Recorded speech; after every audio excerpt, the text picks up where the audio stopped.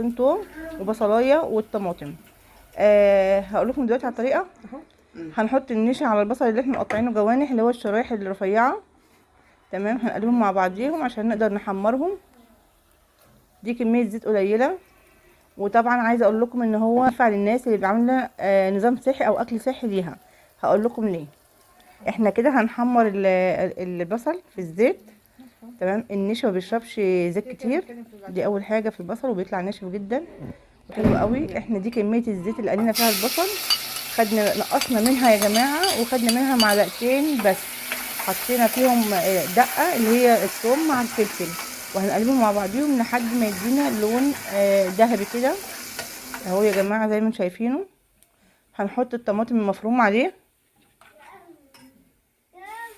بعد ما نحط الطماطم هتغلي براحتها جدا لحد ما لما تتسبك خالص وتتقل كده، وبعد